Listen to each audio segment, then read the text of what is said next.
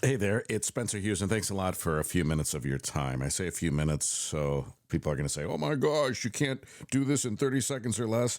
No, I don't think that I can. We're going to talk about the concept of free will and something I find really interesting about free will. I was a Christian for 40 years. I'm fully deconstructed now, as many of you know. And one thing that really I find interesting is that so many Christians use the term free will a lot. They use it a lot. They say, well, God gave you free will, right? They use it to explain off a lot of things, like the world's going to hell in a handbasket because of free will. If I go to hell, it's because of my free will. Like somehow I chose to go to hell or something. I think it's a fascinating concept, but I want to spend a few minutes on something that doesn't make a whole lot of sense to me. Christians seem to think that God's most important goal for us was free will to use. He gave us brains to intellectualize, to think of different possibilities and objections and ideas and concepts, and then solutions as well. And then it was up to us to exercise our free will in a certain direction or path. Some would be good in the eyes of God, and many would be quite bad, obviously, in the eyes of God. But He gave us this free will. I think it's interesting. It's kind of like the parent who tells the kid, you can make your own choices in life, and every time they choose something, the parent just comes down on them hard, just bam, like a mosquito sucking the blood out of the arm, right? Just whap. Whap, whap, whap, slapping that mosquito down, no matter what they do. And that goes to all sorts of decisions. You say, it's your decision. Oh, I don't like who you decided to choose as a partner in life. I don't like that. Certainly not if they're of the same, we can't have that in this family, right? So you may have heard from your parents, like, it's your choice, right? We'll respect your choice, but then every choice you make gets slapped down as the wrong choice. And it seems like this God does that. He gives us free will, but then he bemoans and groans and smites us down for every decision we make and every free will that we exercise that he doesn't like. And that could be not being a virgin on your wedding night. The fact that this God of the Bible is so obsessed with virginity is insane. This whole idea that the Son of God had to be born of a virgin, so we're going to get a woman who, by most historical accounts, was probably 13 or 14 years old. The Virgin Mary was not like a 29-year-old or 40-year-old woman. She was a teenager, most likely, right? It's so weird, this idea, like Jesus Christ could not be born of a woman that's already had relations with another man. God forbid that, right? What? God's obsession with virginity, God's obsession with all these things in the Bible are just kind of ludicrous. When you look at religion and when you look at Christianity, when you look at the God concept through the eyes of reason and logic and common sense, all these things break down. And that's why I think people who don't think logically and critically, no insult to anybody out there who does not, you're probably not watching this video if you don't think logically and critically. The fact that you're here watching this says wonders, and I applaud you for that. It says a lot about who you are, that you're curious enough to watch a video like this. It might question your foundations and your beliefs. But when you approach religion from a logical standpoint, everything falls apart. Everything falls apart. Here's a God who cherishes free will. And then every time we choose to do something that falls out of the realm of what he wants us to do, he punishes us relentlessly, eternally. He will eternally punish us. Here's a great example. Hell, free will, not being able to believe in this God anymore.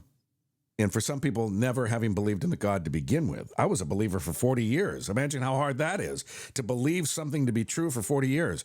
It's like the longer you believe in Santa Claus, the Tooth Fairy, and the Easter Bunny, the more painful it is to let go of that belief, right? Deconstructing is not easy, contrary to what people say. It's very difficult.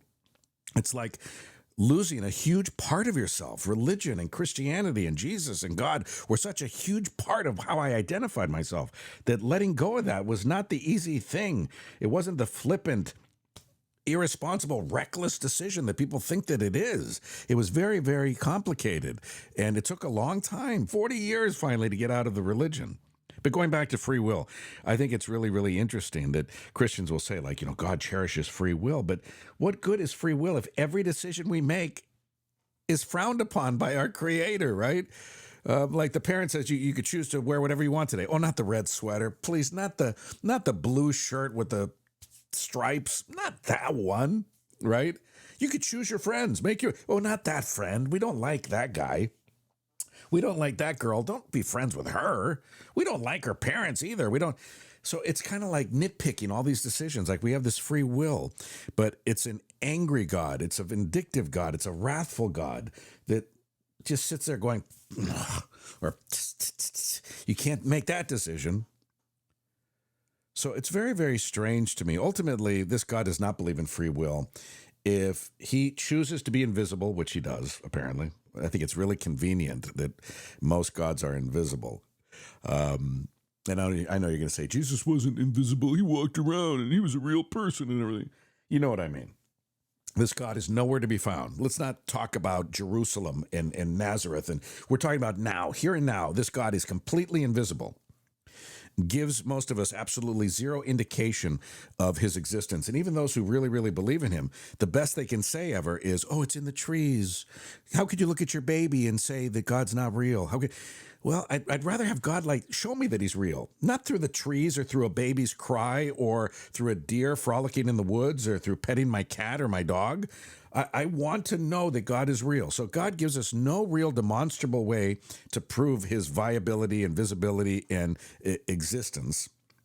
And then on top of that, if we just can't believe that he is real, it's not just like, okay, that's fine. We get punished, not just for a long time, but forever for not believing in this God. So when people say it's all free will, it's your choice to believe in God or not really. And that's a fundamental thing that people don't understand, a lot of them anyway, is that belief is not really a choice. If it's a choice, if it's so easy, like believing in Jesus is just a choice. I want you to believe in Ganesha. You good Christians watching this video, I want you to believe in Zeus. I want you to disbelieve in Jesus and start believing in Zeus, that Zeus is your Lord and Savior. You can't do it, can you? If you're 50 years old, 54 as I am, or you're 34 or 104, I want you to start believing in Santa Claus again, like you did when you were 7. Can you do that? Can you just magically get your brain to believe that Santa Claus is real? If you don't believe in Bigfoot, can you just snap your fingers and say, I believe in Bigfoot now? You can't, can you? So Christians are being very disingenuous, as most religious people are, who say it's just a matter of belief. It's your choice to believe or not. Is it really, though? Can you just choose to believe that horrible things done to other people are suddenly okay? You can't just believe that, right? You can't believe that your right hand is your left hand, very convincingly. You can't believe that when you go step out on the grass in your bare feet that the grass is tangerine orange, can you, when it's really green? Right? You can't look at a mountain and say that's an automobile, can you? Can you convince yourself? Can you believe that a mountain is suddenly an automobile? You can't. If it were only that simple, you could snap your fingers and say, oh, okay, I'm 50 years old, and I'm just going to believe in magic again. I'm going to believe in Santa Claus, and the next time I drop a tooth, I'm going to put it under my pillow, and I'm going to get a buck. If it were only that easy. But free will is just an interesting concept. Christians are fascinated, they're fixated, rather, on the concept of free will. But free will is only valuable if you're allowed to exercise your free will without constant damnation and condemnation and criticism and judgment from this God. Having free will isn't really free will if every step you take is being judged by this almighty being. And thankfully, the odds of this almighty being real are very, very teeny, tiny, right? Less significant than my hairline. Just the truth. Thanks a lot for watching. Drop a comment down below and let me know what you think.